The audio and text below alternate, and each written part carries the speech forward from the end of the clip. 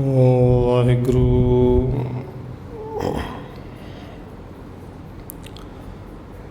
ਇੱਕ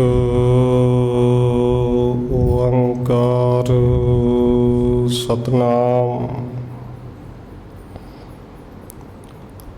ਕਰਤਾ ਪੁਰਖ ਨਿਰਭਉ ਨਿਰਵੈਰ ਅਕਾਲ ਮੂਰਤ ਅਜੂਨੀ ਸੈਭੰ ਗੁਰ ਪ੍ਰਸਾਦ ਜਿਤਾ ਜੀਉ ਪਿੰਡ ਸਭ ਤੇਰਾ ਤੂੰ ਅੰਤਰ ਜਾਮੀ ਪੁਰਖ ਭਗਵਾਨ ਦਾਸਣ ਦਾਸ ਕਹਿ ਜਨ ਨਾਨਕ ਜਿਹਾ ਤੂੰ ਕਰਾਹੇ ਤਿਹਾ ਕਰੀ ਵਖਿਆਣ ਸੁਖ ਟਲ ਗੁਰ ਸੇਵੀਐ ਅਹਨਸ ਸਹਿਜ ਸੁਭਾਏ ਦਰਸ਼ਨ ਪਰਸਿਆ ਗੁਰੂ ਕੈ ਜਨਮ ਮਰਨ ਦੁਖ ਜਾਏ ਹੋਵੈ ਸਿਫਤ ਕਸਮ ਦੇ ਨੂਰ ਅਰਸੋਂ ਕੁਰਸੋਂ ਝਟੀਐ ਤੁਧ ਡਿਠੇ ਸੱਚੇ ਪਾਤਸ਼ਾਹ ਮਲ ਜਨਮ ਜਨਮ ਦੀ ਕੱਟੀਐ ਸੱਜਣ ਸੱਚਾ ਪਾਤਸ਼ਾਹ ਸਿਰ ਸ਼ਾਹਾਂ ਦੇ ਸ਼ਾਹ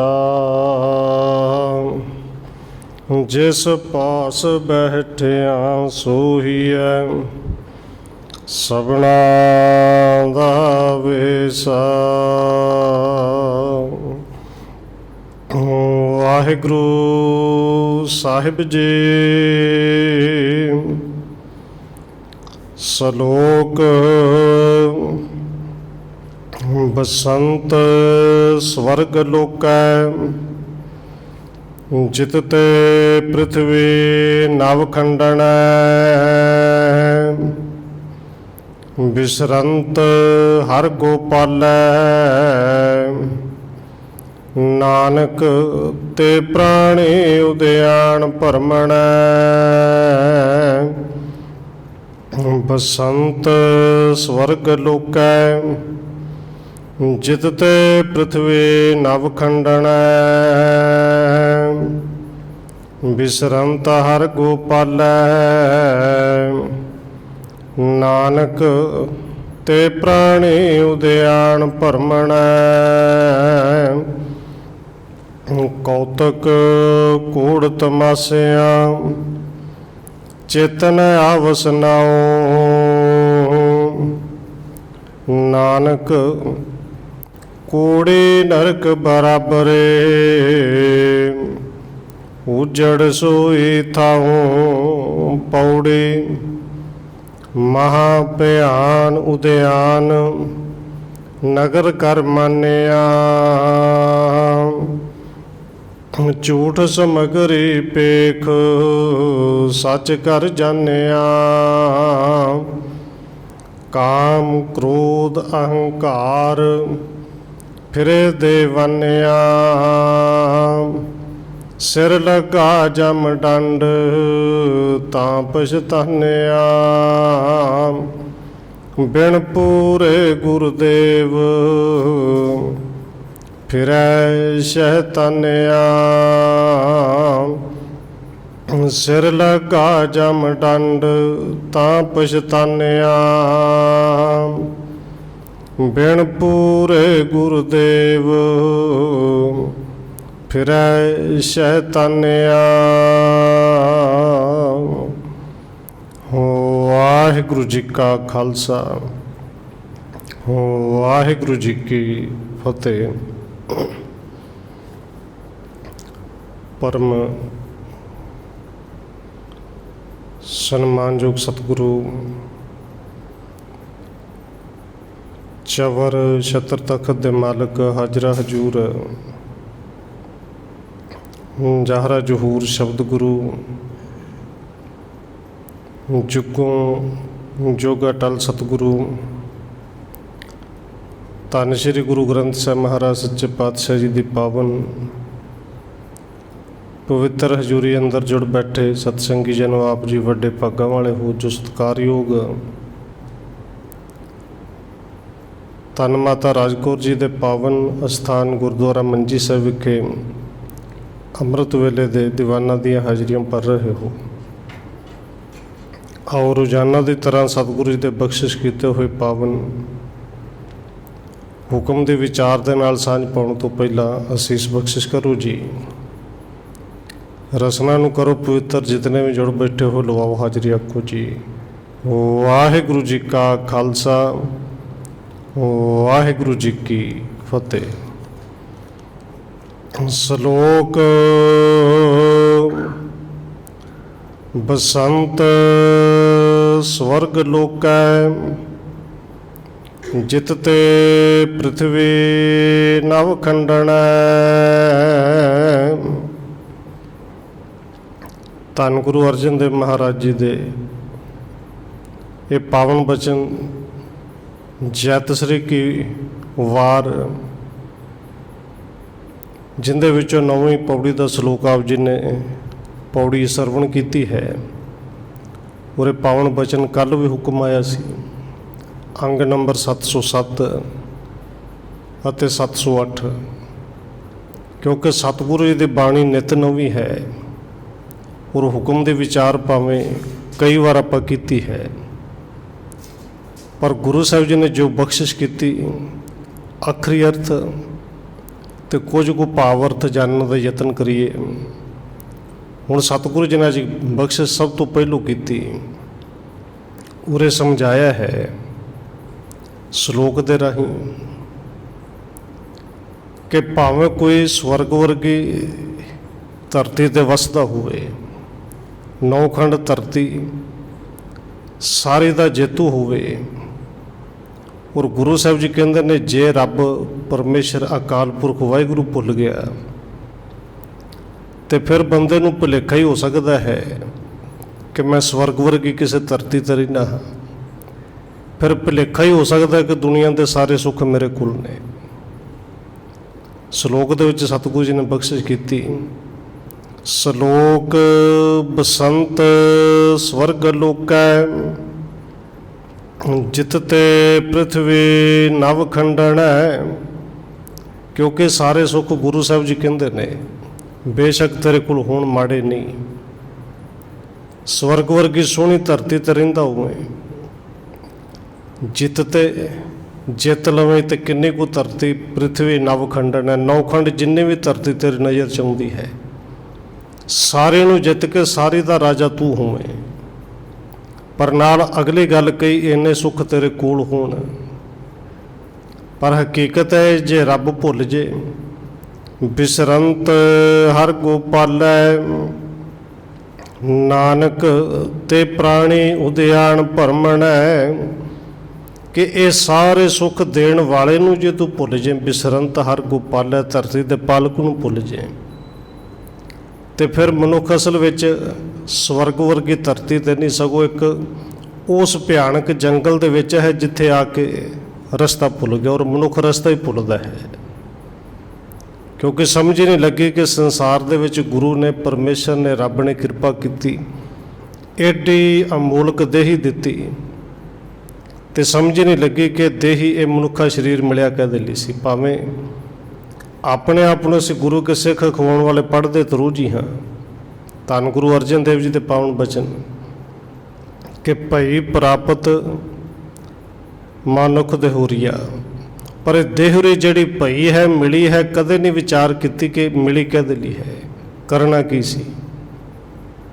ਕਿ ਭਈ ਪ੍ਰਾਪਤ ਮਨੁੱਖ ਦੇਹੁਰੀਆ, ਤੇ ਗੁਰੂ ਸਾਹਿਬ ਜੀ ਕਹਿੰਦੇ ਨੇ ਇਸ ਕਰਕੇ ਭਈ ਸੀ ਕਿ ਗੋਬਿੰਦ ਮਿਲਣ ਕੀ ਇਹ ਤੇਰੀ ਬਰੀਆ। ਪਰ ਕਿਉਂਕਿ ਭੁੱਲ ਗਿਆ, ਔਰ ਇਹ ਭੁੱਲਿਆ ਹੋਇਆ ਮਨੁੱਖ ਅਸਲ ਵਿੱਚ ਫਿਰ ਉਸ ਭਿਆਨਕ ਜੰਗਲ ਵਾਂਗੂ ਹੈ ਕਿ ਜਿਹਨੂੰ ਅੱਗੋਂ ਰਸਤਾ ਕੋਈ ਨਜ਼ਰ ਆਉਂਦਾ ਹੀ ਨਹੀਂ। ਸਤਿਗੁਰੂ ਧੰਨ ਗੁਰੂ ਗ੍ਰੰਥ ਸਾਹਿਬ ਨੇ ਕਿਰਪਾ ਕੀਤੀ। ਧੰਨ ਗੁਰੂ ਤੇਗ ਬਹਾਦਰ ਸਾਹਿਬ ਜੀ ਦੇ ਨੇ ਬਚਨ ਨੇ ਕਿ ਮਨੁੱਖ ਸਮਝਦਾ ਸਾਰੇ ਸੁੱਖ ਮੇਰੇ ਕੋਲ ਨੇ। ਗੁਰੂ ਸਾਹਿਬ ਜੀ ਕਹਿੰਦੇ ਨੇ ਸਾਰੇ ਸੁੱਖ ਮਿਲ ਵੀ ਜਾਣਗੇ, ਪਰ ਇੱਕ ਗੱਲ ਚੇਤੇ ਰੱਖੀ, ਭਾਵੇਂ ਸਾਰੇ ਦੁਨੀਆ ਦੇ ਸੁੱਖ ਤੇਰੇ ਕੋਲ ਹੋਣ, ਜੇ ਰੱਬ ਭੁੱਲ ਗਿਆ ਹੈ ਬਿਸਰੰਤ ਹਰ ਗੋਪਾਲੈ, ਤੇ ਸਤਿਗੁਰੂ ਜੀ ਕਹਿੰਦੇ ਨੇ ਅਸਲ ਵਿੱਚ ਉਹ ਸੁੱਖ ਵੀ ਤੂੰ ਸੁੱਖਾਂ ਦੀ ਤਰ੍ਹਾਂ ਭੋਗ ਨਹੀਂ ਸਕਣੇ। ਸਤਿਗੁਰੂ ਜੀ ਨੇ ਕਿਰਪਾ ਕੀਤੀ। ਔਰ ਦੇਖੋ ਦੁਨੀਆ ਦੇ ਲੋਕ ਜੇ ਇਹ ਕਹਿ ਲਈਏ ਕਿ ਆਪਣੇ ਆਪ ਦੇ ਵਿੱਚ ਬਣੇ ਹੋਏ ਬਹੁਤ ਸਾਰੇ ਗੁਰੂ ਬਾਬੇ, ਇੱਥੋਂ ਤੱਕ ਕਿ ਰੱਬ ਵੀ ਬਣ ਗਏ, ਉਹਨਾਂ ਨੇ ਕਹਿ ਦਿੱਤਾ ਸਾਡੇ ਕੋਲ ਆਓ ਤੁਹਾਡੇ ਨੂੰ ਸੁੱਖ ਹੀ ਸੁੱਖ ਮਿਲਣਗੇ, ਦੁੱਖ ਕੋਈ ਆਏਗਾ ਹੀ ਨਹੀਂ। ਪਰ ਮੇਰੇ ਸਤਿਗੁਰੂ ਜੀ ਨੇ ਕਿਰਪਾ ਕੀਤੀ, ਇਵੇਂ ਦਾ ਝੂਠਾ ਵਾਅਦਾ ਕਿਤੇ ਨਹੀਂ ਕੀਤਾ। ਸਿੱਖ ਨੂੰ ਕਿਤੇ ਨਹੀਂ ਕਿਹਾ ਕਿ ਤੈਨੂੰ ਦੁੱਖ ਨਹੀਂ ਆਏਗਾ। ਹਾਂ, ਸਾਨੂੰ ਮਾਨਸਿਕ ਤੌਰ 'ਤੇ ਗੁਰੂ ਸਾਹਿਬ ਨੇ ਮਜ਼ਬੂਤ ਕੀਤਾ ਹੈ ਕਿ ਦੁਨੀਆ ਦਾ ਹਰ ਇੱਕ ਮਨੁੱਖ ਚਾਹੁੰਦਾ ਇਹ ਕਿ ਮੇਰੇ ਕੋਲ ਸੁੱਖ ਆਵੇ, ਔਰ ਸੁੱਖ ਮੰਗਣਾ ਵੀ ਗੁਰੂ ਤੋਂ ਹੈ। ਪਰ ਗੁਰੂ ਸਾਹਿਬ ਜੀ ਨੇ ਕਿਰਪਾ ਕਰਕੇ ਸਮਝਾਇਆ ਵੀ ਸੁੱਖ ਤੇ ਮਿਲ ਜਾਣਗੇ, ਦੁੱਖ ਮੰਗਦਾ ਕੋਈ ਨਹੀਂ, ਪਰ ਚੇਤੇ ਰੱਖੀ ਆਉਣੇ ਦੁੱਖ ਵੀ ਨੇ। ਸਤਿਗੁਰੂ ਦੇ ਪਾਵਨ ਬਚਨ ਪੜ੍ਹਦੇ ਨੇ, ਸੁੱਖ ਮੰਗਤ ਦੁੱਖ ਆਗੇ ਆਵੇ। ਹਰ ਕੋਈ ਬੰਦਾ ਸੁੱਖ ਮੰਗਦਾ, ਪਰ ਦੁੱਖ ਤੇ ਆ ਹੀ ਜਾਂਦੇ ਨੇ ਨਾ ਜੀ, ਔਰ ਆਉਂਦੇ ਨੇ। ਜਦੋਂ ਤੱਕ ਜੀਵਨ ਰਹਿਣਾ ਹੈ ਉਦੋਂ ਤੱਕ ਆਉਂਦੇ ਰਹਿਣੇ ਨੇ। ਗੁਰੂ ਸਾਹਿਬ ਜੀ ਨੇ ਪਾਵਨ ਬਚਨ ਕਹੇ ਨੇ, ਸੁੱਖ ਕੋ ਮੰਗੈ ਸਭ ਕੋ, ਦੁੱਖ ਨਾ ਮੰਗੈ ਕੋਈ। ਪਰ ਕਹਿੰਦੇ ਦੁੱਖ ਫਿਰ ਵੀ ਆ ਜਾਂਦਾ, ਕਿਉਂਕਿ ਸੁੱਖ ਹੈ ਕੋ ਦੁੱਖ ਅਗਲਾ। ਸੁੱਖ ਤੋਂ ਅੱਗੇ ਬੜਾ ਵੱਡਾ ਦੁੱਖ ਆਉਣ ਵਾਲਾ ਹੈ, ਪਰ ਮਨਮੁਖ ਬੂਝ ਨਾ ਹੋਏ। ਮਨ ਦੇ ਪਿੱਛੇ ਚੱਲਣ ਵਾਲਾ ਇਸ ਗੱਲ ਨੂੰ ਸਮਝਦਾ ਨਹੀਂ। ਉਹ ਸਮਝਦਾ ਕਿ ਧਰਤੀ ਦਾ ਰਾਜ ਮੇਰੇ ਕੋਲ ਹੈ, ਸਾਰੇ ਸੁੱਖ ਮੇਰੇ ਕੋਲ ਨੇ। ਪਰ ਧੰਨ ਗੁਰੂ ਤੇਗ ਬਹਾਦਰ ਮਹਾਰਾਜ ਜੀ ਨੇ ਕਿਰਪਾ ਕਰਕੇ ਸਮਝਾਇਆ ਵੀ ਸੁੱਖ ਵੀ ਸੁੱਖ ਨਹੀਂ ਤੂੰ ਭੋਗ ਸਕਣੇ, ਉਹਨਾਂ ਨੂੰ ਹੰਢਾ ਨਹੀਂ ਸਕਣਾ ਜੇ ਰੱਬ ਭੁੱਲ ਗਿਆ। ਸਤਿਗੁਰੂ ਜੀ ਨੇ ਪਾਵਨ ਬਚਨ ਕਿਹਾ ਹੈ, ਕਹਿੰਦੇ ਸੁੱਖ ਦੁੱਖ ਸਮ ਕਰ ਜਾਣੀਐ, ਸ਼ਬਦ ਭੇਦ ਸੁੱਖ ਹੋਏ। ਭਾਈ ਜਿਹੜਾ ਗੁਰੂ ਕਾ ਸਿੱਖ ਹੈ, ਜਿਹੜਾ ਰੱਬ ਦਾ ਭਗਤ ਹੈ, ਉਹ ਦੁੱਖ ਤੇ ਸੁੱਖ ਨੂੰ ਸਮ ਕਰਕੇ ਜਾਣਦਾ ਹੈ, ਕਿਉਂਕਿ ਉਹਨੂੰ ਪਤਾ ਹੈ, ਹਕੀਕਤ ਸਮਝ ਹੈ ਕਿ ਜੇ ਇਹ ਸਰੀਰ ਮਿਲਿਆ ਤੇ ਦੁੱਖ ਕਦੇ ਸਰੀਰ ਕਰਕੇ ਆਉਣਾ ਹੈ, ਦੁੱਖ ਕਦੇ ਪਰਿਵਾਰ ਕਰਕੇ ਆਉਣਾ ਹੈ, ਦੁੱਖ ਕਦੇ ਸਮਾਜ ਕਰਕੇ ਆਉਣਾ ਹੈ। ਕਿਉਂਕਿ ਜਦੋਂ ਤੱਕ ਜੀਵਨ ਰਹਿਣਾ ਹੈ, ਦੁੱਖ ਤੇ ਸੁੱਖ ਇਹ ਦੋਵੇਂ ਚੱਲਦੇ ਰਹਿਣੇ ਨੇ, ਇਹ ਆਉਣੇ ਹੀ ਆਉਣੇ ਨੇ। ਪਰ ਧੰਨ ਗੁਰੂ ਤੇਗ ਬਹਾਦਰ ਸਾਹਿਬ ਨੇ ਸਾਨੂੰ ਸਮਝਾਇਆ ਕਿ ਦੇਖੋ ਦੁੱਖ ਆਏਗਾ ਜ਼ਰੂਰ, ਪਰ ਜਿਹੜਾ ਗੁਰੂ ਦੇ ਚਰਨੀ ਲੱਗ ਗਿਆ, ਰੱਬ ਦੇ ਨਾਲ ਜੁੜ ਗਿਆ, ਜਿਹਨੂੰ ਸਮਝ ਆ ਗਈ, ਜਿਹੜਾ ਗੁਰਮੁਖ ਹੋ ਗਿਆ, ਉਹ ਦੁੱਖ ਪਾਵੇਗਾ ਨਹੀਂ। ਇਹ ਕਹਿ ਗਏ ਦੁੱਖ ਨੂੰ ਪੂਹ ਨਹੀਂ ਸਕਦਾ, ਆਏਗਾ ਜ਼ਰੂਰ। ਹੁਣ ਦੁੱਖ ਪਾਉਣਾ ਤੇ ਦੁੱਖ ਆਉਣਾ, ਇਹ ਦੋ ਚੀਜ਼ਾਂ ਨੇ, ਵੱਖੋ ਵੱਖਰੀਆਂ ਨੇ। ਇੱਕ ਤੇ ਦੁੱਖ ਆ ਗਿਆ ਤੇ ਲੰਮਾ ਸਮਾਂ ਉਹ ਦੁੱਖ ਚੱਲਦਾ ਹੈ, ਉਹਨੂੰ ਕਹਿੰਦੇ ਨੇ ਦੁੱਖ ਪਾਉਣਾ। ਦੇਖੋ, ਇੱਕ ਦੁੱਖ ਹੈ ਤੇ ਇੱਕ ਦੁਖੀ ਹੋਣਾ, ਇਹ ਦੋਵੇਂ ਚੀਜ਼ਾਂ ਬਿਲਕੁਲ ਵੱਖਰੀਆਂ ਨੇ। ਸਰੀਰ ਤੇ ਦੁੱਖ ਆ ਗਿਆ, ਬਿਮਾਰੀ ਹੋ ਗਈ, ਕੈਂਸਰ ਹੋ ਗਿਆ, ਪਰ ਬਹੁਤ ਸਾਰੇ ਗੁਰਮੁਖ ਪਿਆਰੇ ਮਿਲਦੇ ਨੇ ਕਿ ਉਹ ਪਰਵਾਹ ਨਹੀਂ ਕਰਦੇ, ਕੋਈ ਨਹੀਂ, ਮੌਤ ਤੇ ਆਉਣੀ ਹੈ।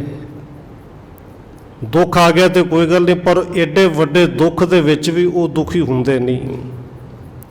ਹੁਣ ਸਤਿਗੁਰੂ ਜੀ ਨੇ, ਧੰਨ ਗੁਰੂ ਤੇਗ ਬਹਾਦਰ ਸਾਹਿਬ ਜੀ ਨੇ ਸਮਝਾਇਆ ਹੈ, ਕਹਿੰਦੇ ਹਰ ਕੇ ਨਾਮ ਬਿਨਾ ਦੁੱਖ ਪਾਵੈ, ਭਾਵੇਂ ਸਾਰੀ ਧਰਤੀ ਦਾ ਰਾਜਾ ਕਿਉਂ ਨਾ ਹੋਵੇ, ਜੇ ਨਾਮ ਨਹੀਂ ਤੇ ਦੁੱਖ ਪਾਵੈ। ਇਹ ਨਹੀਂ ਕਿਹਾ ਕਿ ਦੁੱਖ ਆਵੇ, ਦੁੱਖ ਤੇ ਜਪਣ ਵਾਲੇ ਨੂੰ ਵੀ ਆਉਣਾ ਹੈ, ਪਰ ਜਪਣ ਵਾਲੇ ਨੂੰ ਦੁੱਖ ਪਾਉਣਾ ਨਹੀਂ ਪੈਂਦਾ, ਦੁੱਖ ਭੋਗਣਾ ਨਹੀਂ ਪੈਂਦਾ। ਜਾਂ ਇਹ ਕਹਿ ਲਈਏ ਕਿ ਦੁੱਖ ਦੁਖੀ ਕਰ ਨਹੀਂ ਸਕਦਾ।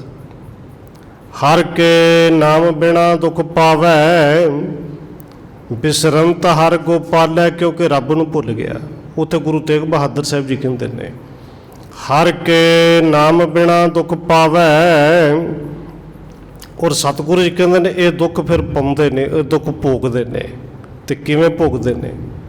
ਅਗਲਾ ਪਾਵਨ ਬਚਨ ਕਿਹਾ, ਕਹਿੰਦੇ ਭਗਤ ਬਿਨਾ ਸੰਸਾਰ ਨਹੀਂ ਚੁੱਕੈ, ਗੁਰ ਇਹ ਭੇਦ ਬਤਾਵੈ। ਕਿਉਂਕਿ ਭਗਤੀ ਨੇ ਗੁਰੂ ਧਾਰਨ ਨਹੀਂ ਕੀਤਾ, ਉਦੋਂ ਤੱਕ ਸੰਸਾਰ ਮੁੱਕਣਾ ਹੀ ਨਹੀਂ। ਫਿਰ ਛੋਟਾ ਜਿਹਾ ਦੁੱਖ ਵੀ ਬੜਾ ਵੱਡਾ ਪਹਾੜ ਜਿੱਡਾ ਲੱਗਦਾ, ਛੋਟੇ ਜਿਹੇ ਦੁੱਖ ਤੋਂ ਵੀ ਦੁਖੀ ਹੁੰਦਾ ਹੈ। ਔਰ ਧੰਨ ਗੁਰੂ ਗ੍ਰੰਥ ਸਾਹਿਬ ਨੇ ਸਾਨੂੰ ਕਿਰਪਾ ਕੀਤੀ, ਸਮਝਾਇਆ। ਦੇਖੋ ਕਿਤੇ ਨਹੀਂ ਕਿਹਾ ਕਿ ਗੁਰੂ ਕੇ ਸਿੱਖਾ ਤੈਨੂੰ ਦੁੱਖ ਨਹੀਂ ਆਏਗਾ, ਸਗੋਂ ਧੰਨ ਗੁਰੂ ਅਰਜਨ ਦੇਵ ਮਹਾਰਾਜ ਜੀ ਕਹਿੰਦੇ ਨੇ ਭਾਈ ਦੁੱਖ ਤੇ ਆਏਗਾ। ਔਰ ਗੁਰੂ ਸਾਹਿਬ ਜੀ ਕਹਿੰਦੇ ਨੇ ਐਡਾ ਵੱਡਾ ਵੀ ਦੁੱਖ ਕਿਤੇ ਆ ਜਾਏ ਨਾ, ਉਹਨਾਂ ਦਾ ਪਾਵਨ ਬਚਨ ਆਪਾਂ ਇੱਕ ਪੜ੍ਹਦੇ ਹਾਂ ਕਿ ਜਾ ਕੋ ਮੁਸ਼ਕਲ ਅਤ ਬਣੈ। ਹੁਣ ਅਤ ਦਾ ਮਤਲਬ ਜਿਹੜੀ ਆਤੀ ਹੋ ਜੇ, ਬਹੁਤ ਜ਼ਿਆਦਾ ਦੁੱਖ ਆ ਜੇ, ਬੜੀ ਮੁਸ਼ਕਲ ਬਣ ਜੇ ਜੀ। ਕਹਿੰਦੇ ਜਾ ਕੋ ਮੁਸ਼ਕਲ ਅਤ ਬਣੈ, ਮਤਲਬ ਇਹ ਕਿ ਦੁੱਖ ਆ ਗਿਆ। ਔਰ ਦੁੱਖ ਵੀ ਏਡਾ, ਕਹਿੰਦੇ ਢੋਈ ਕੋਈ ਨਾ ਦੇ, ਲਾਗੂ ਹੋਏ ਦੁਸ਼ਮਣਾ ਸਾਕ ਪੇ ਭੱਜ ਖਲੇ, ਸਭੋ ਭੱਜੈ ਆਸਰਾ, ਚੁੱਕਾ ਉਸ ਆਸਰਾ, ਉਹ ਸਾਰੇ ਆਸਰੇ ਭੱਜ ਜਾਣ, ਨੱਸ ਜਾਣ। ਔਰ ਦੇਖੋ ਪਿਛਲੇ ਸਾਲਾਂ ਦੇ ਵਿੱਚ ਸਾਡੇ ਸਾਹਮਣੇ ਆਇਆ ਵੀ ਕਿ ਭਾਵੇਂ ਜਿਹੜੇ ਕਹਿੰਦੇ ਸਨ ਅਸੀਂ ਸਾਥ ਕਦੇ ਨਹੀਂ ਛੱਡਣਾ, ਬਿਮਾਰੀ ਐਸੀ ਆ ਗਈ ਕਰੋਨਾ ਦੀ ਕਿ ਸਾਰੇ ਆਸਰੇ ਜਿਉਂਦਿਆਂ ਜੀ ਛੱਡ ਕੇ ਭੱਜ ਗਏ। ਜਦੋਂ ਪਤਾ ਲੱਗਿਆ ਕਰੋਨਾ ਹੋ ਗਿਆ, ਜਿਉਂਦਿਆਂ ਤੇ ਛੱਡੇ, ਇੱਥੋਂ ਤੱਕ ਕਿ ਬਹੁਤਿਆਂ ਨੇ ਮਰਿਆ ਹੋਇਆਂ ਦੇ ਸੰਸਕਾਰ ਵੀ ਨਹੀਂ ਕੀਤੇ ਕਿ ਇਹ ਤੇ ਮਰ ਗਏ, ਕਿਤੇ ਦੇ ਨਾਲ ਅਸੀਂ ਉਹਨਾਂ ਤੁਰ ਪਈਏ। ਹੁਣ ਧੰਨ ਗੁਰੂ ਅਰਜਨ ਦੇਵ ਮਹਾਰਾਜ ਜੀ ਕਹਿੰਦੇ ਨੇ ਐਡਾ ਵੱਡਾ ਵੀ ਕਿਤੇ ਮੁਸ਼ਕਲ ਸਮਾਂ ਆ ਜੇ ਕਿ ਸਾਰੇ ਸਾਥ ਛੱਡ ਜਾਣ, ਪਰ ਕਹਿੰਦੇ ਨੇ ਸਤਿਗੁਰੂ ਜੀ ਕਹਿੰਦੇ ਨੇ ਇਹ ਦੁੱਖ ਤੇ ਹੈ, ਬੜਾ ਵੱਡਾ ਹੈ, ਪਰ ਚਿੱਤ ਆਵੈ ਉਸ ਪਾਰ ਬ੍ਰਹਮ, ਤਾਂ ਲੱਗੇ ਨਾ ਤੱਤੇ ਵਾਹੋ। ਉਹ ਤੱਤੇ ਹਵਾ ਨਹੀਂ ਲੱਗਣ ਦਿੰਦਾ, ਬਸ ਸ਼ਰਤ ਹੈ ਕਿ ਤੈਨੂੰ ਚੇਤੇ ਆ ਜਾਏ। ਤੇ ਜੇ ਭੁੱਲ ਗਿਆ, ਗੁਰੂ ਸਾਹਿਬ ਜੀ ਕਹਿੰਦੇ ਨੇ ਬਿਸਰੰਤ ਹਰ ਗੋਪਾਲੈ, ਨਾਨਕ ਤੇ ਪ੍ਰਾਣੀ ਉਦਿਆਨ ਭਰਮਣ ਹੈ। ਹੁਣ ਦੇਖੋ ਸਤਿਗੁਰੂ ਜੀ ਨੇ ਸਾਨੂੰ ਜਿੱਥੇ ਕਿਰਪਾ ਕਰਕੇ ਸਮਝਾਇਆ ਕਿ ਦੁੱਖ ਆਉਂਦਾ ਕਿਉਂ ਹੈ, ਸੁੱਖ ਮਿਲਣਗੇ ਕਿਵੇਂ। ਇਹ ਕਹਿ ਲਈਏ ਕਿ ਜੇ ਗੁਰੂ ਸਾਹਿਬ ਨੇ ਸਾਨੂੰ ਬਿਮਾਰੀ ਦੇ ਬਾਰੇ ਦੱਸਿਆ ਹੈ, ਔਰ ਗੁਰੂ ਉਹ ਵੈਦ ਹੈ ਕਿ ਜਿਹੜਾ ਇਕੱਲਾ ਬਿਮਾਰੀ ਦੇ ਬਾਰੇ ਦੱਸਦਾ ਹੀ ਨਹੀਂ, ਉਹਦਾ ਇਲਾਜ ਵੀ ਦੱਸਦਾ ਹੈ। ਭਾਈ ਇਹ ਬਿਮਾਰੀ ਹੈ, ਰੱਬ ਨੂੰ ਭੁੱਲ ਕੇ ਦੁੱਖ ਆਏਗਾ, ਬੜੀ ਵੱਡੀ ਬਿਮਾਰੀ ਹੈ। ਦੁੱਖ ਆਏਗਾ ਨਹੀਂ, ਦੁੱਖ ਪਾਏਗਾ। ਤੇ ਫਿਰ ਇਹਦਾ ਇਲਾਜ ਕੀ ਹੈ ਜੀ। ਔਰ ਸਤਿਗੁਰੂ ਜੀ ਨੇ ਇਹ ਵੀ ਕਿਰਪਾ ਕੀਤੀ। ਸਭ ਤੋਂ ਪਹਿਲੋਂ ਕਹਿੰਦੇ ਨੇ ਕਿ ਦੇਖੋ ਨਾਮ ਤੋਂ ਬਿਨਾ ਇਹ ਪੱਕੀ ਗੱਲ ਕਿ ਦੁੱਖ ਆਏਗਾ ਵੀ ਤੇ ਦੁੱਖ ਫਿਰ ਪਾਏਗਾ ਵੀ, ਦੁੱਖ ਆਏਗਾ ਵੀ, ਦੁਖੀ ਹੋਏਗਾ ਵੀ। ਜਿਹਨੂੰ ਸਤਿਗੁਰੂ ਜੀ ਨੇ ਪਾਵਨ ਬਚਨ ਕਹੇ ਨੇ ਕਿ ਸਿਮਰਤ ਵੇਦ ਪੁਰਾਣ, ਪੁਕਾਰਨ ਪੋਥੀਆਂ, ਨਾਮ ਬਿਨਾ ਸਭ ਕੂੜ ਗਾਲੇ ਹੋਸ਼ੀਆਂ।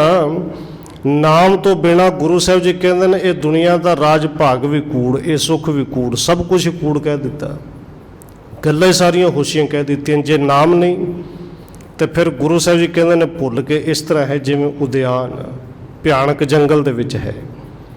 ਹੁਣ ਸਤਿਗੁਰੂ ਜੀ ਨੇ ਕਿਰਪਾ ਕਰਕੇ ਸਾਨੂੰ ਸਮਝਾਇਆ ਤੇ ਇਲਾਜ ਵੀ ਦੱਸਿਆ। ਧੰਨ ਗੁਰੂ ਤੇਗ ਬਹਾਦਰ ਮਹਾਰਾਜ ਜੀ ਦੇ ਪਾਵਨ ਬਚਨ ਨੇ।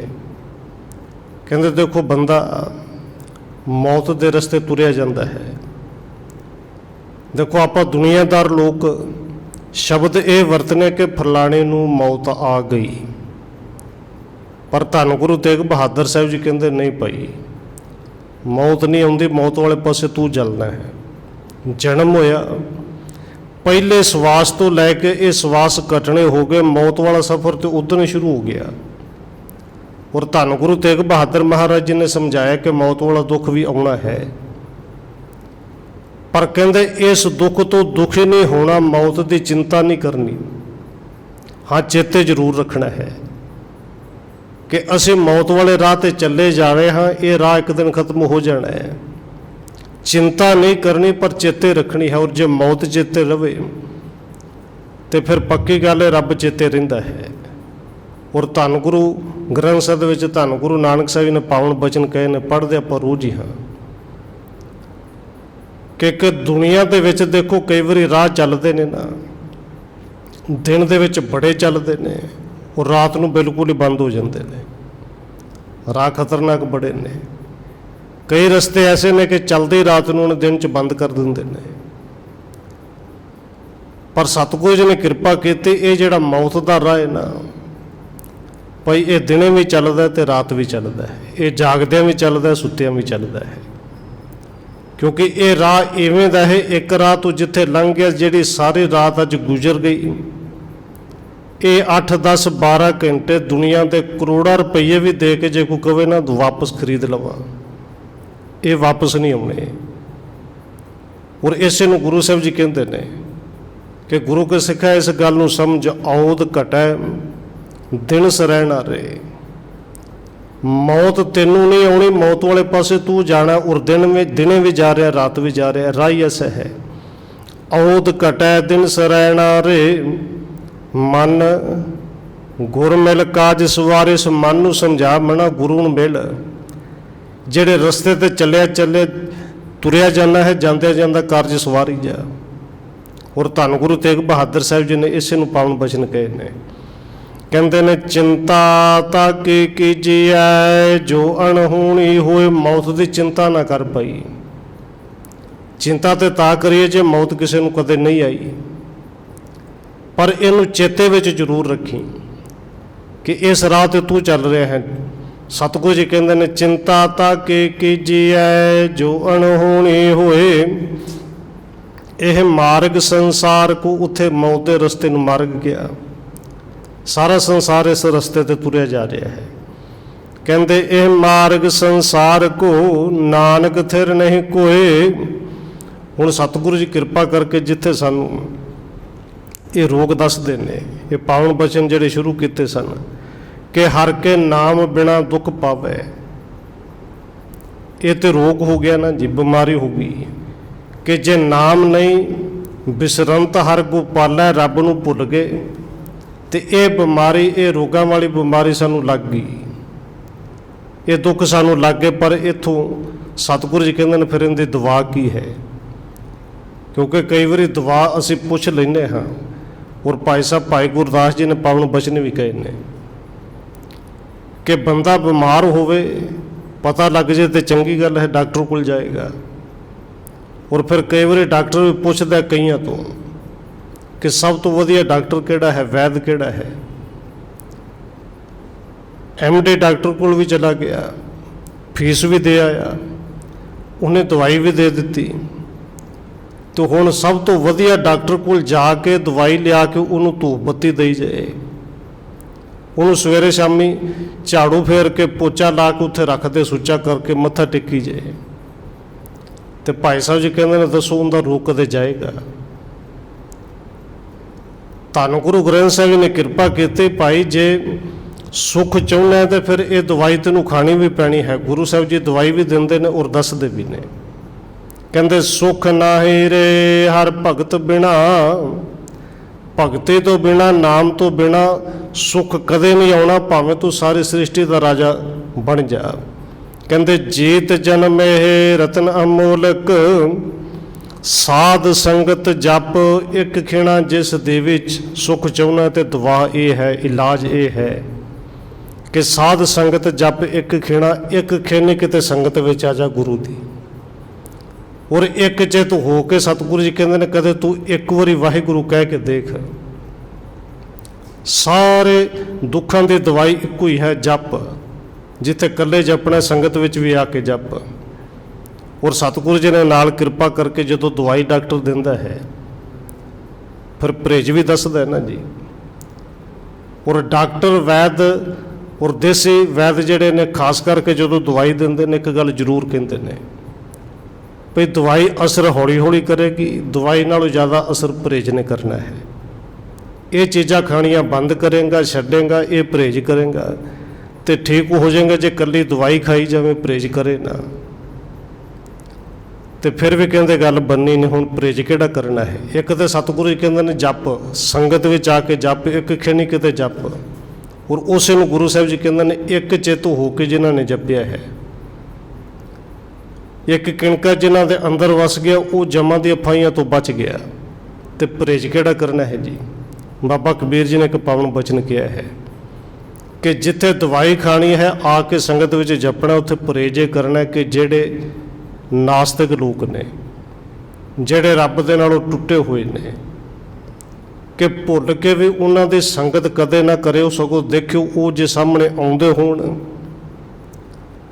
ਤੇ ਰਸਤਾ ਛੱਡ ਕੇ ਦੂਸਰੇ ਰਸਤੇ ਹੋ ਜਾਓ, ਭੱਜ ਕੇ ਨਿਕਲ ਜਾਇਓ। ਤੇ ਜੇ ਸਾਡੇ ਵਰਗੇ ਸਵਾਲ ਕਰਨ ਕਿ ਸਾਨੂੰ ਕੀ ਹੋ ਜਾਏਗਾ, ਕਿਉਂਕਿ ਜਿਨ੍ਹਾਂ ਦੇ ਅੰਦਰ ਸੁਰਤ ਜੁੜੀ ਹੋਈ ਸੱਚਮੁੱਚ ਉਹਨਾਂ ਨੂੰ ਤਾਂ ਕੁਝ ਨਹੀਂ ਹੋਣਾ। ਪਰ ਬਾਬਾ ਕਬੀਰ ਜੀ ਕਹਿੰਦੇ ਨੇ ਉਹ ਸਾਤਕ ਲੋਕ ਐਸੇ ਨੇ ਕਿ ਜੇ ਉਹਨਾਂ ਦੇ ਕੋਲ ਕਿਤੇ ਬੈਠਣਾ ਤੇ ਕਿ ਕੋਲੋਂ ਦੀ ਲੰਘ ਵੀ ਜਾਈਏ ਨਾ, ਕਾਲੇ ਭਾਂਡੇ ਦੀ ਤਰ੍ਹਾਂ ਨੇ ਕਿ ਕਾਲੇ ਭਾਂਡੇ ਦੇ ਕੋਲੋਂ ਚਿੱਟੇ ਕੱਪੜੇ ਪਾ ਕੇ ਬੰਦਾ ਕੋਲੋਂ ਦੀ ਲੰਘ ਜਾਏ, ਕਿਤੇ ਨਾ ਕਿਤੇ ਜ਼ਰੂਰ ਦਾਗ ਲੱਗੇਗਾ। ਇਹ ਪਰਹੇਜ਼ ਵੀ ਕਰਨਾ ਹੈ। ਔਰ ਬਾਬਾ ਕਬੀਰ ਜੀ ਦਾ ਪਾਵਨ ਬਚਨ ਆਪ ਨੂੰ ਚੇਤੇ ਹੋ ਗਿਆ ਹੋਣਾ ਹੈ, ਕਬੀਰ ਸਾਖਤ ਸੰਗ ਨਾ ਕੀਜੀਐ, ਦੂਰਾਂ ਜਾਈਐ ਭਾਗ। ਤੇ ਕਿਉਂ ਭਜਨਾ, ਕਹਿੰਦੇ ਬਾਸਣ ਕਾਰੋ ਪਰਸੀਐ, ਤੂੰ ਕਿਛ ਲਾਗੈ ਦਾਗ। ਹੁਣ ਸਤਿਗੁਰੂ ਜੀ ਨੇ ਇੱਥੇ ਸਮਝਾਇਆ, ਦੇਖੋ ਧੰਨ ਗੁਰੂ ਗ੍ਰੰਥ ਸਾਹਿਬ ਜੀ ਦੇ ਪਾਵਨ ਬਚਨ ਬੇਨਤੀ ਨੇ, ਭੁੱਲਿਆ ਹੋਇਆਂ ਨੂੰ ਦੁੱਖ ਬੜੇ ਨੇ। ਇੱਥੇ ਗੁਰੂ ਸਾਹਿਬ ਜੀ ਅੱਜ ਕਹਿੰਦੇ ਨੇ ਸਾਰੀ ਸ੍ਰਿਸ਼ਟੀ ਦਾ ਨੌਖੰਡ ਜਿੰਨੀ ਧਰਤੀ ਹੈ ਸਾਰਿਆਂ ਦਾ ਰਾਜਾ ਹੋਵੇ, ਪਰ ਜੇ ਰੱਬ ਭੁੱਲਿਆ ਹੋਵੇ ਤੇ ਸਤਿਗੁਰੂ ਜੀ ਕਹਿੰਦੇ ਨੇ ਸੱਚਮੁੱਚ ਉਸ ਭੁੱਲੇ ਹੋਏ ਭਟਕੇ ਹੋਏ ਜੰਗਲ ਦੇ ਵਿੱਚ ਉਹ ਮਨੁੱਖ ਦੀ ਤਰ੍ਹਾਂ ਜਿਹਨੂੰ ਰਾਹ ਪਤਾ ਹੀ ਨਹੀਂ ਲੱਗਦਾ। ਕਹਿੰਦੇ ਇੱਕ ਰਾਜਾ ਕਿਸੇ ਸਾਧੂ ਦੇ ਕੋਲ ਆਇਆ, ਔਰ ਸਾਧੂ ਵੀ ਉਹ ਜਿਹਨੇ ਤਨ ਤੇ ਕੱਪੜਾ ਕੋਈ ਨਹੀਂ ਪਾਇਆ, ਇੱਕ ਛੋਟੀ ਜਿਹੀ ਲੰਗੋਟ ਬੰਨੀ ਹੈ। ਸਿਆਲ ਦੇ ਦਿਨ ਧੁੱਪੇ ਬੈਠਾ ਔਰ ਬੜਾ ਸੁੱਖ ਦੇ ਵਿੱਚ, ਔਰ ਉਸ ਮੌਜ ਵਿੱਚ ਜਿਹੜੀ ਮੌਜ ਨੂੰ ਬਾਬਾ ਕਬੀਰ ਜੀ ਕਹਿੰਦੇ ਨੇ ਚਰਨ ਕਮਲ ਕੀ ਮੌਜ ਮੈਂ ਰਹੋ ਅੰਤ ਅਰਿਆਤ। ਹੁਣ ਰਾਜਾ ਉਸ ਸਾਧੂ ਕੋਲ ਆਇਆ ਜਿਹਨੇ ਤਨ ਤੇ ਕੱਪੜੇ ਕੋਈ ਨਹੀਂ ਪਾਏ, ਪੈਰਾਂ ਵਿੱਚ ਜੋੜਾ ਕੋਈ ਨਹੀਂ, ਤੇ ਆ ਕੇ ਕਹਿੰਦਾ ਕਿ ਮਹਾਰਾਜ ਸਾਧੂ ਜੀ ਕਿ ਮੈਂ ਦੁਖੀ ਬੜਾ ਹਾਂ। ਹੁਣ ਸੁਣ ਕੇ ਹੈਰਾਨੀ ਵਾਲੀ ਗੱਲ ਕਿ ਰਾਜਾ ਦੁਖੀ ਹੋਵੇ, ਉਹ ਕਹੇ ਕਿ ਮੈਂ ਦੁਖੀ ਬੜਾ, ਤੇ ਫਿਰ ਜਿੰਦੇ ਕੋਲ ਕੁਝ ਨਹੀਂ ਉਹ ਕੀ ਕਹੇਗਾ। ਕਿਉਂਕਿ ਗੁਰੂ ਸਾਹਿਬ ਜੀ ਇਹ ਪਾਵਨ ਬਚਨ ਬਾਣੀ ਦੇ ਵਿੱਚ ਕਹਿੰਦੇ ਵੀ ਨੇ। ਸਾਨੂੰ ਲੱਗਦਾ ਕਈ ਵਾਰੀ ਪੈਸਾ ਰੁਪਈਆ ਰਾਜ ਭਾਗ ਕਰਨ ਵਾਲਾ ਬੜਾ ਸੁਖੀ, ਪਰ ਗੁਰੂ ਸਾਹਿਬ ਜੀ ਕਹਿੰਦੇ ਨੇ ਕਦੇ ਨੇੜੇ ਹੋ ਕੇ ਦੇਖਿਓ, ਜੋ ਜੋ ਦਿਸੈ ਜਿਹੜਾ ਜਿਹੜਾ ਵੀ ਵੱਡਾ ਆਪਣੇ ਆਪ ਨੂੰ ਕਹਾਉਂਦਾ ਹੈ, ਵੱਡੇ ਵੱਡੇ ਜੋ ਦਿਸੈ ਲੋਕ, ਸਤਿਗੁਰੂ ਕਹਿੰਦੇ ਨੇੜੇ ਹੋ ਕੇ ਵੇਖੋ, ਤਿੰਨ ਕੋ ਵਿਆਪੈ ਚਿੰਤਾ ਰੋਗ, ਸਭ ਤੋਂ ਵੱਡੇ ਰੋਗੀ ਤੇ ਉਹ ਨੇ। ਹੁਣ ਇਹ ਰਾਜਾ ਕਹਿੰਦਾ ਕਿ ਮੈਂ ਦੁਖੀ ਬੜਾ ਹਾਂ, ਤੇ ਸਾਧੂ ਕਹਿੰਦਾ ਸੁੱਖ ਚਾਹੀਦਾ ਹੈ। ਕਹਿੰਦਾ ਹਾਂ ਸੱਚਮੁੱਚ ਸੁੱਖ ਚਾਹੀਦਾ ਹੈ। ਔਰ ਸਾਧੂ ਨੇ ਸਹਿ ਸੁਭਾਅ ਕਹਿ ਦਿੱਤਾ ਤੇ ਕੰਮ ਹੀ ਬੜਾ ਸੌਖਾ ਹੈ। ਹੁਣ ਰਾਜਾ ਕਹੇ ਕਿ ਸੌਖਾ, ਕਿ ਜਿਹੜੇ ਸੁੱਖ ਨੂੰ ਹਾਸਲ ਕਰਨ ਵਾਸਤੇ ਪਹਿਲੋਂ ਕਈਆਂ ਦੇ ਕਤਲ ਕੀਤੇ, ਕਈਆਂ ਤਰੀਕਿਆਂ ਨਾਲ ਰਾਜਾ ਬਣਿਆ, ਰਾਜ ਭਾਗ ਲਿਆ, ਉਹ ਸੁੱਖ ਫਿਰ ਵੀ ਨਹੀਂ ਮਿਲਿਆ, ਤੇ ਸੌਖਾ ਕਿਵੇਂ ਹੈ।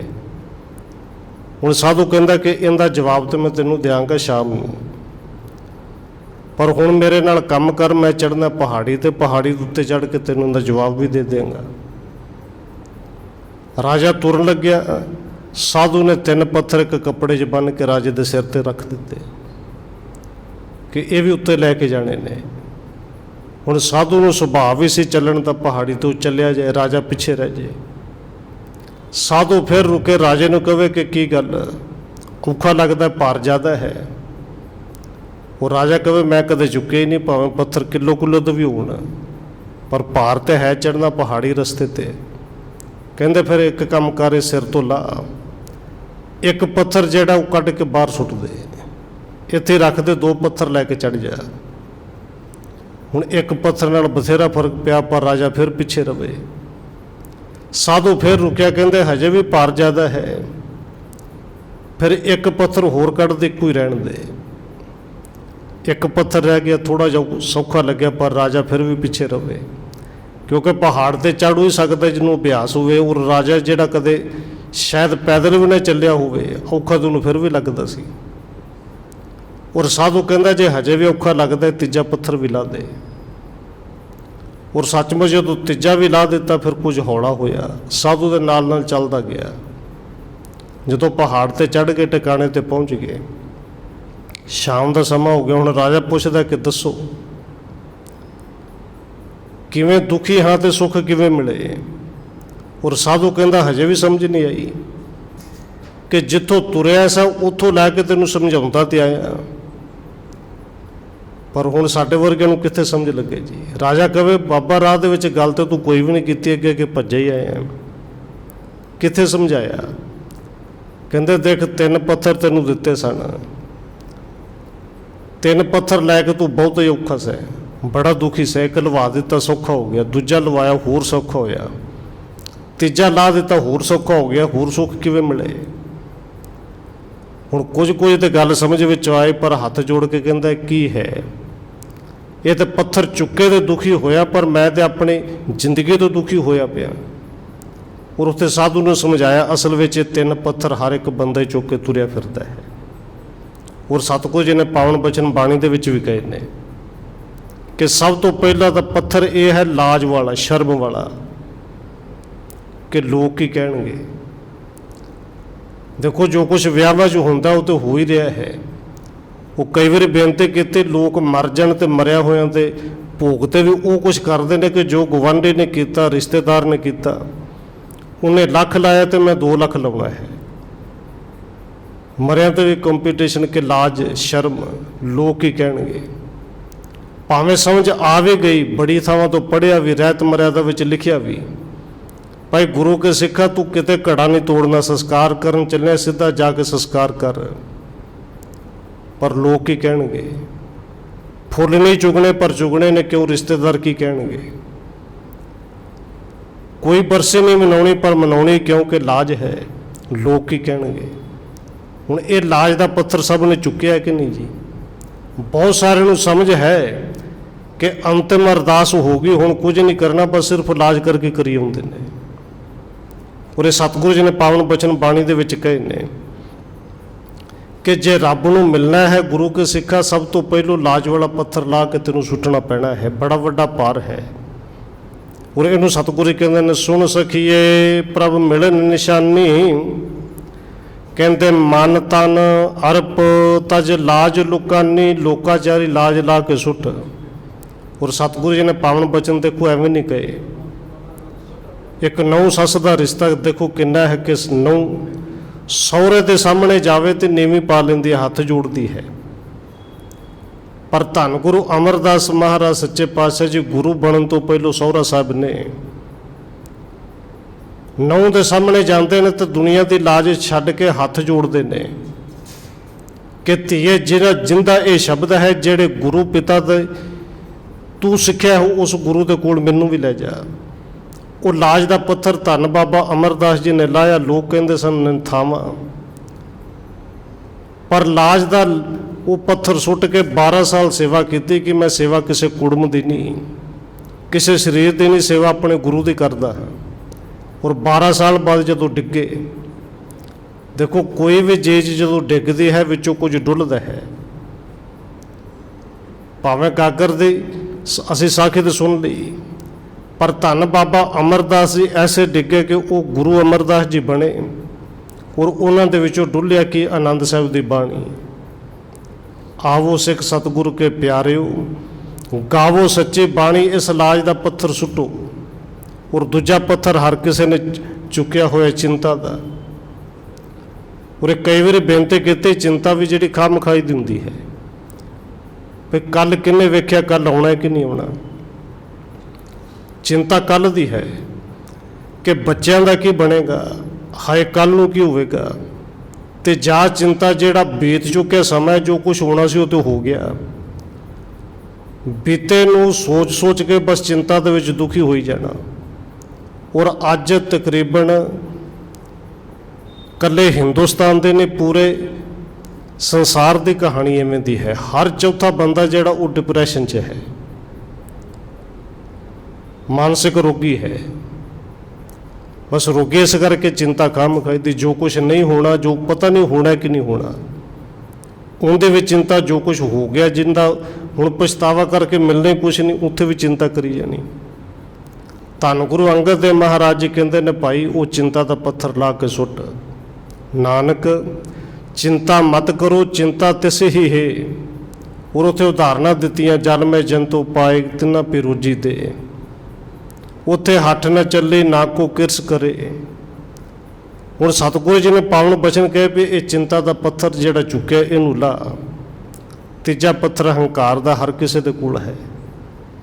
ਔਰ ਸਤਿਗੁਰੂ ਜੀ ਕਹਿੰਦੇ ਨੇ ਪਈ ਹੰਕਾਰ ਦਾ ਪੱਥਰ ਵੀ ਸੁੱਟ ਦੇ, ਕਿਉਂਕਿ ਸਤਿਗੁਰੂ ਜੀ ਨੇ ਜਿੱਥੇ ਪਾਵਨ ਬਚਨ ਕਹੇ ਨੇ, ਹਰ ਜਿਉ ਹੰਕਾਰ ਨਾ ਪਾਵਈ ਵੇਦ ਕੂਕ ਸੁਣਾਵੇ, ਕਿ ਕੱਲੇ ਗੁਰੂ ਸਾਹਿਬ ਜੀ ਅਸੀਂ ਨਹੀਂ ਕਹਿੰਦੇ ਨੇ, ਜਿੰਨੇ ਵੇਦ ਧਾਰਮਿਕ ਗ੍ਰੰਥ ਨੇ ਸਾਰੇ ਕੂਕ ਕੂਕ ਕੇ ਕਹਿੰਦੇ ਨੇ। ਭਾਵੇਂ ਉਹ ਗ੍ਰੰਥ ਲਿਖਣ ਵਾਲੇ ਆਪ ਹੋਮੇ ਦੇ ਰੋਗੀ ਹੋ ਗਏ, ਪਰ ਸਾਰੇ ਕੂਕ ਕੇ ਕਹਿੰਦੇ ਨੇ ਹੰਕਾਰ ਰੱਬ ਨੂੰ ਪਾਉਂਦਾ ਨਹੀਂ। ਔਰ ਸਤਿਗੁਰੂ ਜੀ ਕਹਿੰਦੇ ਨੇ ਹੋਮੇ ਨਾਵੇ ਨਾਲ ਵਿਰੋਧ ਹੈ, ਇਹ ਤੇ ਇੱਕ ਦੂਜੇ ਦੇ ਵਿਰੋਧੀ ਨੇ। ਦੋਏ ਨਾ ਵਸੇ ਕਠਾਏ ਭਾਈ, ਜਿਸ ਦੇਵੇ ਸੁਖ ਚਾਹੁੰਦੇ ਸੱਚਮੁੱਚ ਤਿੰਨ ਪੱਥਰ ਉਰੇ ਯਾਦ ਰੱਖ ਲਈਏ, ਲਾਜ ਦਾ, ਚਿੰਤਾ ਦਾ ਤੇ ਹੰਕਾਰ ਦਾ। ਇਹ ਲਾ ਕੇ ਸੁੱਟ ਦੇ, ਸਦੀਵੀ ਸੁੱਖ ਮਿਲ ਜਾਣਗੇ, ਸੁੱਖ ਹੀ ਸੁੱਖ ਹੋਣਗੇ। ਕਿਉਂਕਿ ਫਿਰ ਦੁੱਖ ਆਏਗਾ, ਦੁੱਖ ਦੀ ਚਿੰਤਾ ਨਹੀਂ ਹੋਵੇਗੀ। ਮੌਤ ਆਏਗੀ, ਮੌਤ ਦੀ ਚਿੰਤਾ ਨਹੀਂ, ਹਾਂ ਮੌਤ ਚੇਤੇ ਰਹਿਣੀ ਕਿ ਮੌਤ ਆਉਣੀ ਹੈ। ਪਰ ਜਿਹੜੇ ਭੁੱਲ ਗਏ ਉਹ ਤਾਂ ਫਿਰ ਉਸ ਭਿਆਨਕ ਜੰਗਲ ਦੀ ਤਰ੍ਹਾਂ ਨੇ, ਜਿੰਦੇ ਵਿੱਚ ਰਸਤੇ ਭੁੱਲ ਗਏ, ਜਿਨ੍ਹਾਂ ਨੂੰ ਸਮਝ ਹੀ ਨਹੀਂ। ਸਤਿਗੁਰੂ ਜੀ ਨੇ ਅੱਗੇ ਪਾਵਨ ਬਚਨ ਕਹੇ ਨੇ ਕਿ ਇਹ ਸਾਰਾ ਕੁਝ ਤੇਰੇ ਕੋਲ ਹੋਵੇ, ਕੌਤਕ ਕੂੜ ਤਮਾਸ਼ਿਆ ਚੇਤਨ ਆਵ ਸੁਣਾਓ, ਕਰੋੜਾਂ ਹੀ ਤਮਾਸ਼ੇ ਵੇਖਦਾ ਹੋਵੇਂ। ਕਿਉਂਕਿ ਰੁਪਈਆ ਪੈਸਾ ਹੈ, ਰੰਗ ਤਮਾਸ਼ੇ ਵੇਖਦਾ ਹੈ। ਪਰ ਸਤਿਗੁਰੂ ਜੀ ਕਹਿੰਦੇ ਨੇ ਜੇ ਸੱਤ ਚੇਤੇ ਰੱਖੀ, ਰੰਗ ਤਮਾਸ਼ੇ ਵੇਖਣੇ ਵੀ ਮਾੜੇ ਨਹੀਂ। ਪਰ ਸਾਰਾ ਕੁਝ ਵੇਖ ਕੇ ਜੇ ਚੇਤਨਾ ਆਵ ਸੁਣਾਓ, ਦੇਣ ਵਾਲਾ ਦਾਤਾ ਨਾ ਚੇਤੇ ਆਇਆ, ਤੇ ਫਿਰ ਤੂੰ ਸਵਰਗ ਵਰਗੀ ਧਰਤੀ ਦਾ ਰਾਜਾ ਨਹੀਂ, ਫਿਰ ਤੂੰ ਉਸ ਨਰਕ ਦੇ ਬਰਾਬਰ, ਉਸ ਨਰਕ ਦੇ ਵਿੱਚ ਪਿਆ ਹੈ ਜਿੱਥੇ ਬੀਆ ਬਾਣ ਤੇ ਕੇਵਲ ਉਜਾੜ ਹੈ, ਹੋਰ ਕੁਝ ਵੀ ਨਹੀਂ। ਨਾਨਕ ਕੋੜੇ ਨਰਕ ਬਰਾਬਰੇ, ਉਜੜ ਸੋਏ ਥਾਓ, ਉਹ ਥਾਂ ਉਜਾੜ ਹੈ। ਉਹ ਫਿਰ ਸਵਰਗ ਵਰਗੇ ਧਰਤੀ ਦਾ ਰਾਜਾ ਨਹੀਂ, ਉਹ ਤੇ ਉਸ ਨਰਕ ਦੇ ਬਰਾਬਰ ਹੈ। ਉਹ ਰਾਜ ਨਹੀਂ, ਨਰਕ ਹੈ। ਔਰ ਇਹ ਆਮ ਹੀ ਕਿਹਾ ਜਾਂਦਾ ਹੈ ਕਿ ਤਪੋ ਰਾਜ ਤੇ ਰਾਜੋ ਨਰਕ। ਪਰ ਗੁਰੂ ਸਾਹਿਬ ਜੀ ਕਹਿੰਦੇ ਤਾਂ ਜੇ ਰੱਬ ਚੇਤੇ ਨਹੀਂ, ਭੁੱਲ ਗਿਆ ਹੈ। ਪੌੜੀ ਮਹਾ ਭਿਆਨ ਉਦਿਆਨ ਨਗਰ ਕਰ ਮਾਨਿਆ, ਕਿਉਂਕਿ ਬੰਦੇ ਨੂੰ ਭੁਲੇਖਾ ਪੈ ਗਿਆ ਹੈ ਤੇ ਭਿਆਨਕ ਜੰਗਲ, ਕਿਉਂਕਿ ਰੱਬ ਨੂੰ ਭੁੱਲਿਆ ਪਿਆ ਹੈ। ਤੇ ਇਹ ਰੌਣਕਾਂ ਵੇਖ ਕੇ ਸਮਝ ਲਿਆ ਬੜਾ ਵੱਡਾ ਇਹ ਨਗਰ ਹੈ, ਬੜਾ ਰੌਣਕਾਂ ਵਾਲਾ ਹੈ। ਉਹਨੂੰ ਮੰਨ ਲਿਆ ਹੈ ਨਹੀਂ, ਪਰ ਮੰਨ ਲਿਆ। ਕਹਿੰਦੇ ਝੂਠ ਸਮਗਰੀ ਪੇਖ ਸੱਚ ਕਰ ਜਾਣਿਆ, ਇਹ ਨਾਸ ਵੰਦ ਪਦਾਰਥ ਵੇਖ ਕੇ ਝੂਠ ਸਮਗਰੀ, ਜਿਨ੍ਹਾਂ ਨੇ ਨਹੀਂ ਰਹਿਣਾ, ਸਦੀਵੀ ਨਹੀਂ ਰਹਿਣਾ, ਇਹਨਾਂ ਨੂੰ ਸੱਚ ਕਰਕੇ ਜਾਣ ਲਿਆ। ਕਾਮ ਕ੍ਰੋਧ ਅਹੰਕਾਰ ਫਿਰੇ ਦੇਵਾਨਿਆ, ਔਰ ਇਹਦਾ ਕਾਰਨ ਗੁਰੂ ਸਾਹਿਬ ਜੀ ਕਹਿੰਦੇ ਨੇ ਇਹ ਤਿੰਨ ਮੇਨ ਨੇ, ਮੁੱਖ ਨੇ, ਕਾਮ ਕ੍ਰੋਧ ਤੇ ਹੰਕਾਰ। ਇਹ ਪੱਥਰ ਸਭ ਨੇ ਚੁੱਕੇ ਨੇ ਕਿ ਇਹਨਾਂ ਦੇ ਵਿੱਚ ਦੀਵਾਨਾ ਹੋ ਗਿਆ, ਪਾਗਲ ਹੋ ਗਿਆ, ਮੱਤ ਮਾਰੀ ਗਈ, ਰੱਬ ਨੂੰ ਭੁੱਲ ਗਿਆ। ਸਿਰ ਲੱਗਾ ਜਮ ਡੰਡ ਤਾਂ ਪਛਤਾਨਿਆ, ਪਰ ਜਦੋਂ ਮੌਤ ਦਾ ਰਾਹ ਹੁਣ ਖਤਮ ਹੋ ਗਿਆ, ਮੌਤ ਤੇ ਨਹੀਂ ਆਈ, ਮੌਤ ਦੇ ਰਾਹ ਆਪ ਚਲੇ ਗਿਆ, ਪਹੁੰਚ ਗਿਆ ਸਿਰੇ ਤੇ। ਜਮਾਂ ਦਾ ਡੰਡ ਜਦੋਂ ਸਿਰ ਵਿੱਚ ਵੱਜ ਗਿਆ, ਫਿਰ ਪਛਤਾਇਆ। ਔਰ ਗੁਰੂ ਸਾਹਿਬ ਜੀ ਕਹਿੰਦੇ ਨੇ ਫਿਰ ਪਛਤਾਉਣ ਨਾਲ ਮਿਲਦਾ ਵੀ ਕੁਝ ਨਹੀਂ। ਪਰ ਸਤਿਗੁਰੂ ਜੀ ਨੇ ਤਾਂ ਇੱਕ ਕਿਰਪਾ ਕੀਤੀ। ਦੁਨੀਆ ਦੀ ਕਹਾਵਤ ਹੈ ਕਿ ਅਬ ਪਛਤਾਏ ਹੋਤ ਕਿਆ ਜਬ ਚਿੜੀਆਂ ਚੁਗ ਗਈ ਖੇਤ। ਪਰ ਧੰਨ ਗੁਰੂ ਗ੍ਰੰਥ ਸਾਹਿਬ ਨੇ ਕਿਰਪਾ ਕੀਤੀ ਕਿ ਭਾਵੇਂ ਸਾਰੇ ਖੇਤ ਚੁਗੀਆਂ ਨੇ ਪਈ, ਜੇ ਇੱਕ ਵੀ ਦਾਣਾ ਬਚਿਆ ਨਾ, ਤੂੰ ਕਿਤੇ ਅੰਤਲੇ ਸਮੇਂ ਵੀ ਇੱਕ ਚਿੱਤ ਹੋ ਕੇ ਚੇਤੇ ਕਰ ਲਈ ਤੇ ਸੱਚ ਜਾਣੀ ਇਹ ਸਾਰਾ ਜਿਹੜਾ 100 ਸਾਲ ਦਾ ਜੀਵਨ ਬਤੀਤ ਕੀਤਾ ਤੇਰਾ ਸਫਲ ਹੋ ਸਕਦਾ ਹੈ। ਹੋਰ ਭਗਤਾਂ ਨੇ ਪਾਵਨ ਬਚਨ ਕਹੇ ਨੇ ਕਿ ਅੰਤ ਕਾਲ ਨਾਰਾਇਣ ਸਿਮਰੈ। ਅੰਤ ਕਾਲ ਤੇ ਕੋਈ ਸਵਾਸ ਹੈ ਨਾ ਜੀ, ਅੰਤ ਵੇਲੇ ਵੀ ਚੇਤੇ ਆ ਜੇ। ਅੰਤ ਕਾਲ ਨਾਰਾਇਣ ਸਿਮਰੈ, ਐਸੇ ਚਿੰਤਾ ਮੈਂ ਜੇ ਮਰੈ। ਬਦਤ ਤ੍ਰਿਲੋਚਨ ਤੇ ਨਰ ਮੁਕਤਾ, ਪੀਤੰਬਰ ਵਾਕੇ ਹਿਰਦੇ ਬਸੈ। ਚਿੜੀਆਂ ਕਾਮ ਕ੍ਰੋਧ ਲੋਭ ਮੋਹ ਹੰਕਾਰ ਵਾਲੀਆਂ ਸਾਰੇ ਖੇਤ ਚੁਗ ਜਾਣ, ਪਰ ਸਤਿਗੁਰੂ ਜੀ ਨੇ ਕਿਰਪਾ ਕੀਤੀ, ਅੰਤ ਵੇਲੇ ਵੀ ਕਿਤੇ ਇੱਕ ਛਿਨ ਜੇ ਇੱਕ ਚਿੱਤ ਧਿਆਇਓ। ਕਾਲ ਫਾਸ ਕੇ ਬੀਚ ਨਾ ਆਇਓ, ਇੱਕ ਖਿਣ ਕਿਤੇ ਤੈਨੂੰ ਚੇਤੇ ਆ ਜੇ ਸਹੀ। ਪਰ ਕਹਿੰਦੇ ਜਦੋਂ ਜਮਾਂ ਦਾ ਡੰਡ ਲੱਗਿਆ, ਬੰਦਾ ਫਿਰ ਵੀ ਪਛਤਾਉਂਦਾ ਹੋਇਆ ਗਿਆ। ਕਿਉਂ ਜੀ? ਕਹਿੰਦੇ ਬਿਨ ਪੂਰੇ ਗੁਰਦੇਵ ਫਿਰੇ ਸ਼ੈਤਾਨਿਆ, ਪੂਰਾ ਗੁਰੂ ਨਹੀਂ ਮਿਲਿਆ, ਗੁਰੂ ਧਾਰਨ ਨਹੀਂ ਕੀਤਾ, ਗੁਰੂ ਵਾਲਾ ਬਣਿਆ ਨਹੀਂ। ਤੇ ਇਹ 90-100 ਸਾਲ ਇਸੇ ਤਰ੍ਹਾਂ ਬਤਾ ਦਿੱਤੇ ਜਿਵੇਂ ਕਿ ਸ਼ੈਤਾਨ ਤੁਰਿਆ ਫਿਰਦਾ ਹੈ। ਔਰ ਬੰਦਾ ਜਾਂ ਇਨਸਾਨ ਹੈ ਤੇ ਜਾਂ ਸ਼ੈਤਾਨ ਹੈ।